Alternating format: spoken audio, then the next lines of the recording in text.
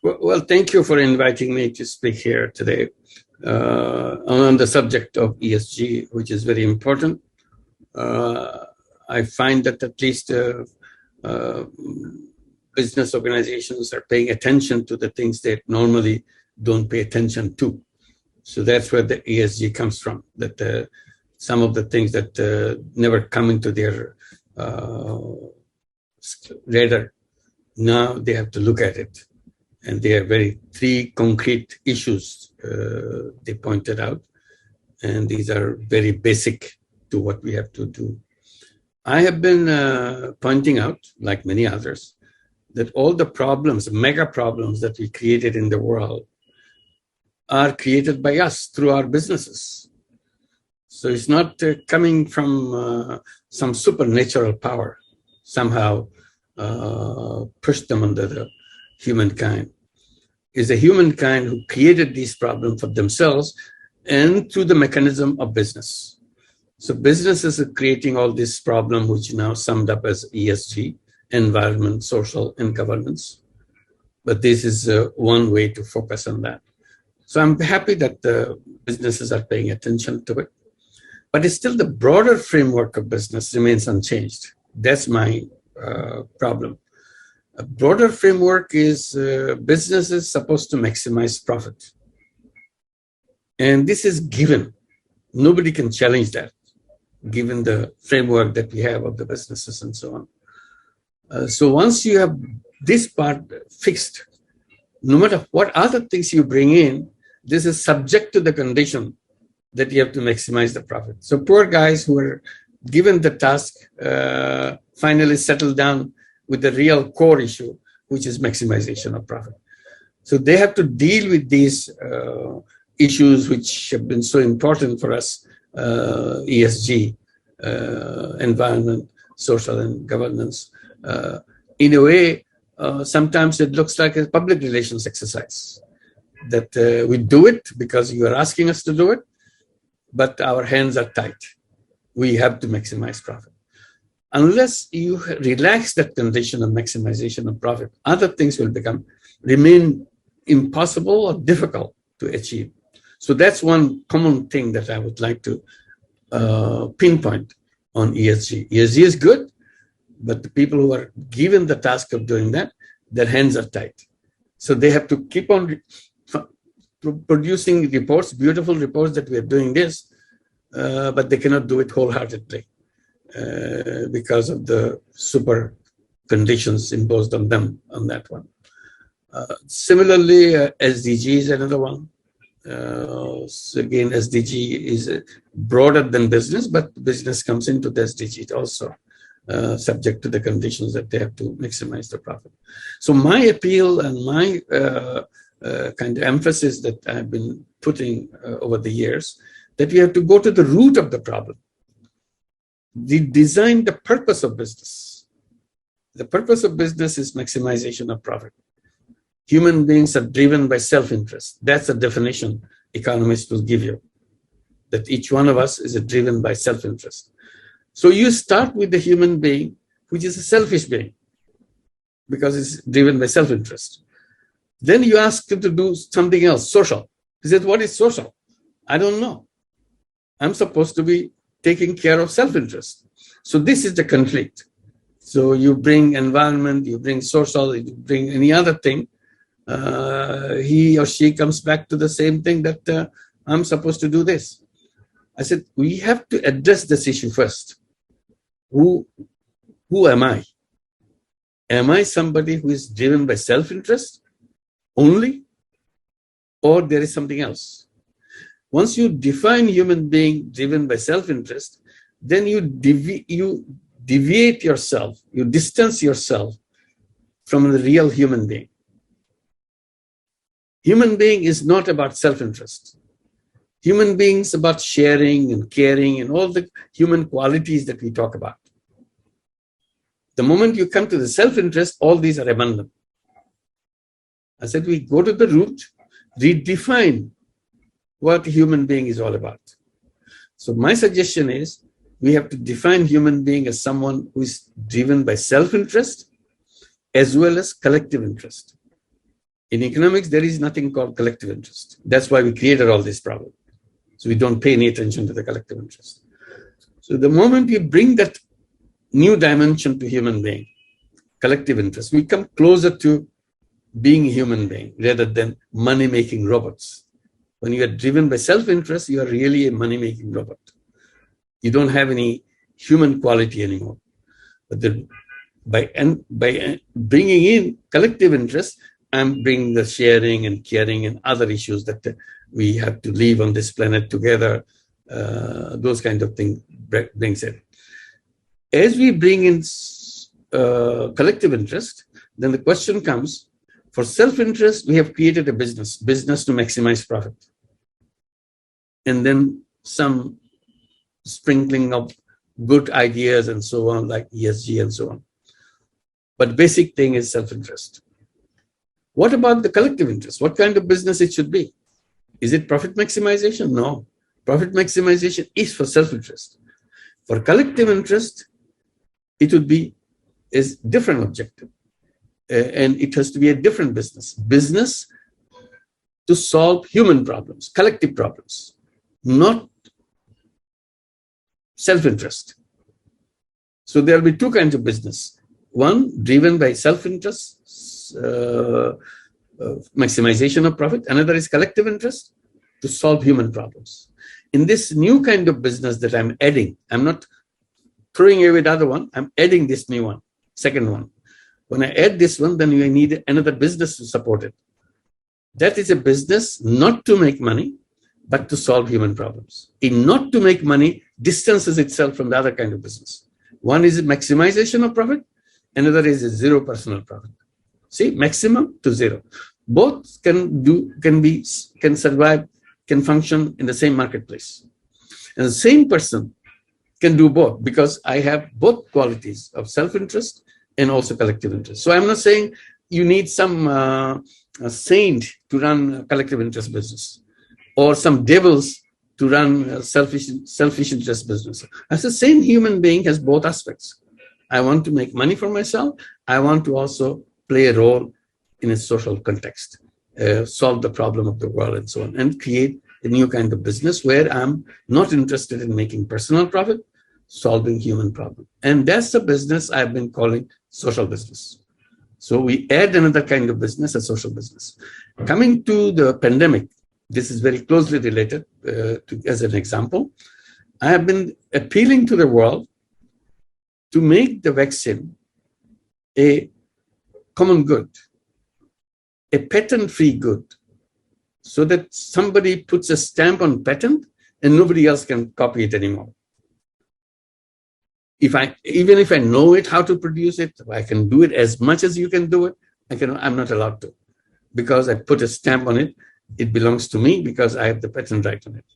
So as a result, you're restricted. And you saw what happened. Few companies produce vaccines for only about 10 countries of the world, monopolized everything. Rest of the world didn't get any access to vaccines and so on. People died. So I have been screaming by saying that we have to remove this patent right on the vaccines. And at the same time, seeing what is profit maximization can do. Now it's a time to create social business pharmaceutical companies, not profit maximizing pharmaceutical companies, which only sees profits, doesn't see human life.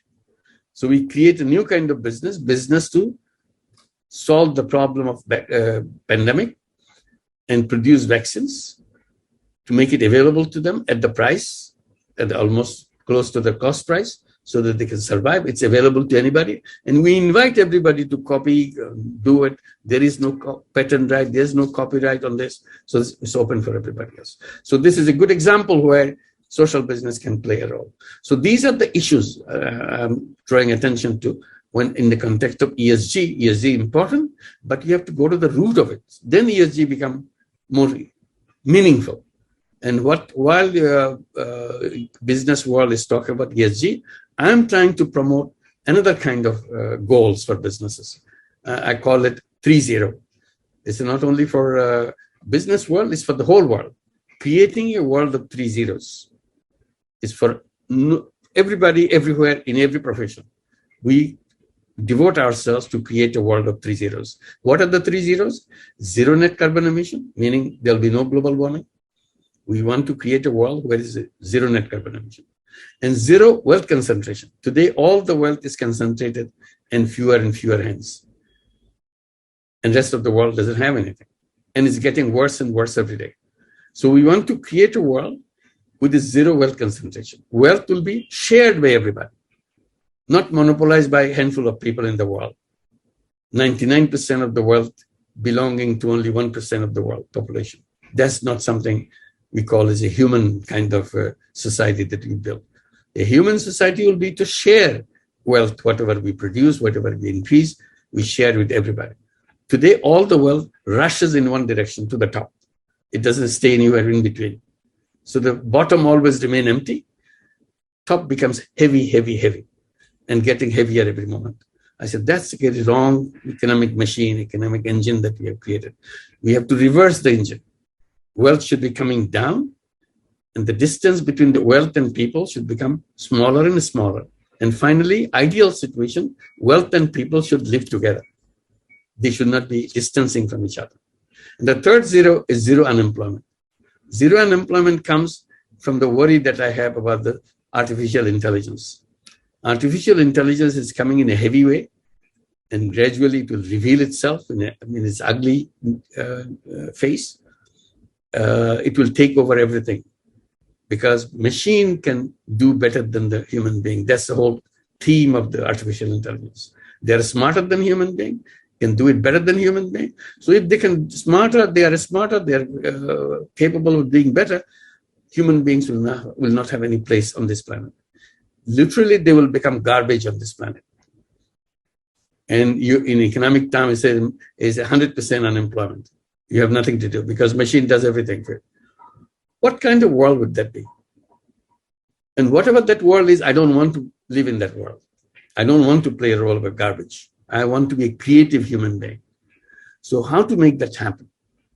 So I said, basic human being is an entrepreneur. We should be discovering the entrepreneurial human being. And then make sure we do not allow the artificial intelligence to enter into the space of the human being. Human being will retain its own space of creativity and so on. Machine will be assisting them, whatever human being wants to do, not take over the role of the human being and go beyond. So what we say, we want to make sure instead of 100% unemployment, it will be zero unemployment.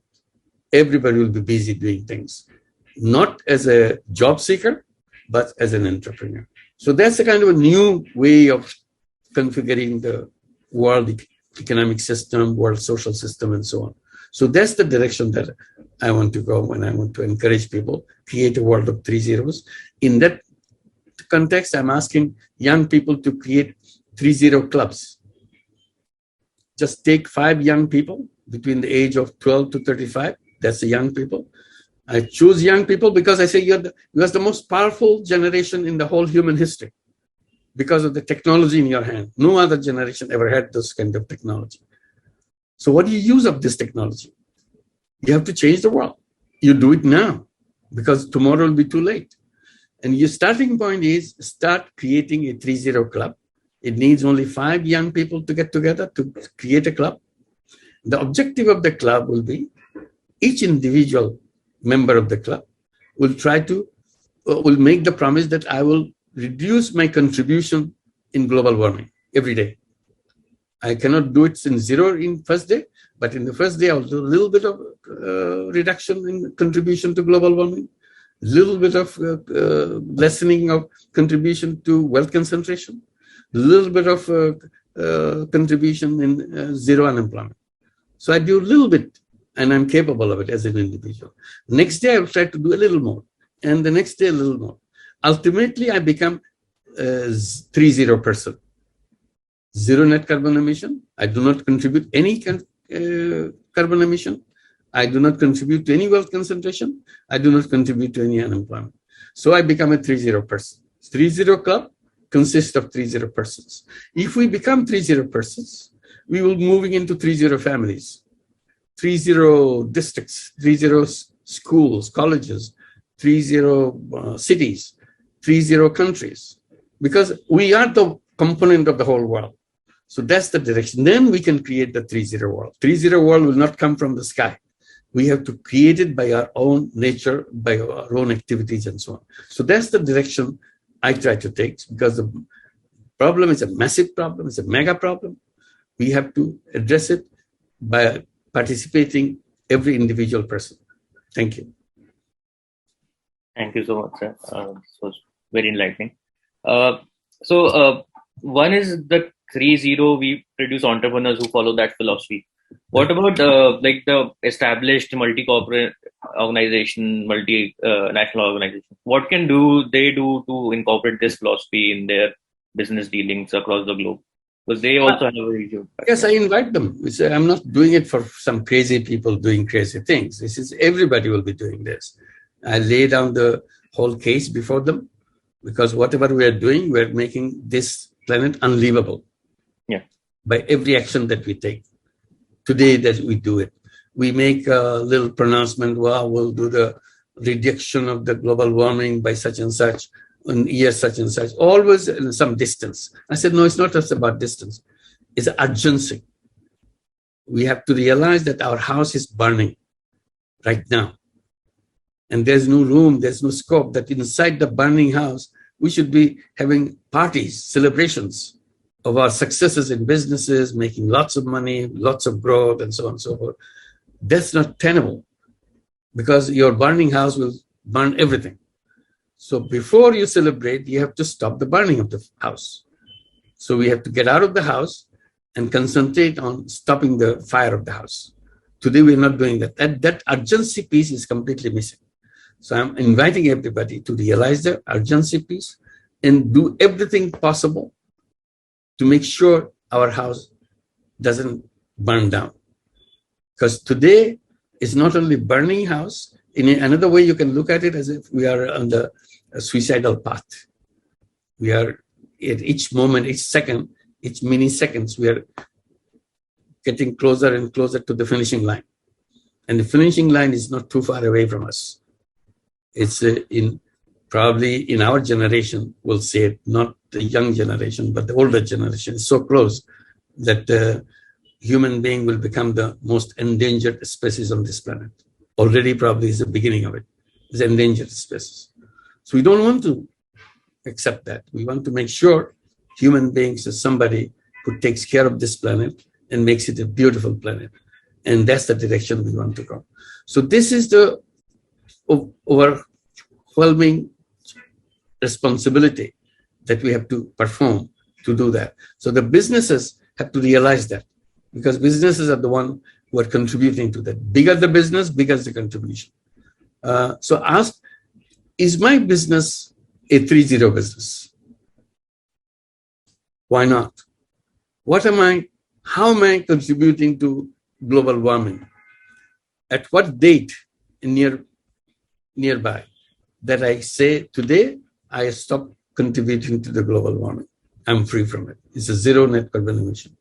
And today I have stopped contributing to wealth concentration. My wealth is shared by everybody. I'm not the one who's taking money and making myself rich and making other people stay behind. I'm not doing that. So how to make my business as a 3-0 business? So this is the whole thing. So this is the direction. And I take the case to the big corporates, as you asked the question about the corporates. They understand that. They're not saying that you're saying some crazy thing. They said, yes, but our business is supposed to be like this. I said, yes, but you have to come out of it, because as long as you remain within this framework, destination is the ultimate finishing line that we have to reach. So we want to change the path. We are not in a suicidal path. We want to create a path which will take us to another direction, to create a world of 3-0s. So that we have to build new roads. Old roads will never take us to the new destination. It's a very simple formula. Old road will always take you to the old destination. If you want to go to a new destination, you have to build new roads. So we have to build new roads. So how do you build new roads when you're a such a mega corporate entity. It's very simple. You cannot change overnight. You start creating a small social business on the side. You have your CSR businesses, you have your foundations, you do a lot of things. But these are not with the goal of creating a 3.0 world. These are doing charity work, these are doing some good things as you are busy making money. I said, now you dedicate yourself in solving problems through social businesses. Create social business to address the problem of water, problem of environment, forestry, agriculture. Wherever we see problems are creating plastic, so we create a social business to remove plastic from our everyday use. As if you pay attention to it, technology will come. If you pay attention to it, new ideas will come and we'll make it happen. Today, we don't pay attention to it. We just throw money at it. Okay, you want to do something good for people? Here's my check. Do some good thing for you. I'm not saying that. I'm not working for your money. We want you to do that because you have, as a human being, you have both sides, selfish side and also this social side, human side. So why didn't you open that human side? And many corporates are responding to that. That's why we have joint venture social businesses with Danone. We have joint venture social business with Glena in Japan. Uniqlo, joint ventures with Uniqlo, joint ventures with McCain. These are top global organizations. But they listened to us. They took steps on their own. Not that we persuaded them, try to go to their top policymakers, argued with them. No, we didn't even know them. They followed us. They reached out to us to say, how can we do that? So they created social business that become examples for others. So we say that business schools should be studying this, and the students in the business school should learn business is not only for making money. There are businesses also to solve human problems and can do wonderful work in solving human problems. So we are open. We have lots of conferences with the CEOs and top executives of the business world to explain. They are curious about how to do that, how to make a first start. I said, if you're not doing it yourself at the time being, create a social business fund. Put your money in the social business fund. So others who are interested in social business can take this money from you as investment and start social business with your money. So you have the money, you have the technology, make it available to people who are eager to create social business and change the world. So that's the direction. So we have very good relationship with the big corporates and so on. We don't expect everybody to turn around one single day, but it's a process which gradually will expand, reach out to many people to create many different things. Thank you, sir. Thank you. So we at SpeakIn are having our ESG summit in Singapore next week, and we are recognizing leading leaders in ESG who have made an impact. And we'll start off with your thoughts in there. So your thoughts on how leaders can build a similar influence as you, create a similar impact as you, and what young leaders can learn from your journey throughout the years. I will particularly address the young leaders because this is their life. Nobody is going to come and do it for them. They have to take the responsibility. They are young. That doesn't mean they are incapable. They're very capable. Sometimes they are described as future leaders. I said it's absolutely wrong way to tell them that they're future leaders because they are the leaders right now. They're the real leaders, not future leaders, because they are the one who has to take the responsibility and change the world completely.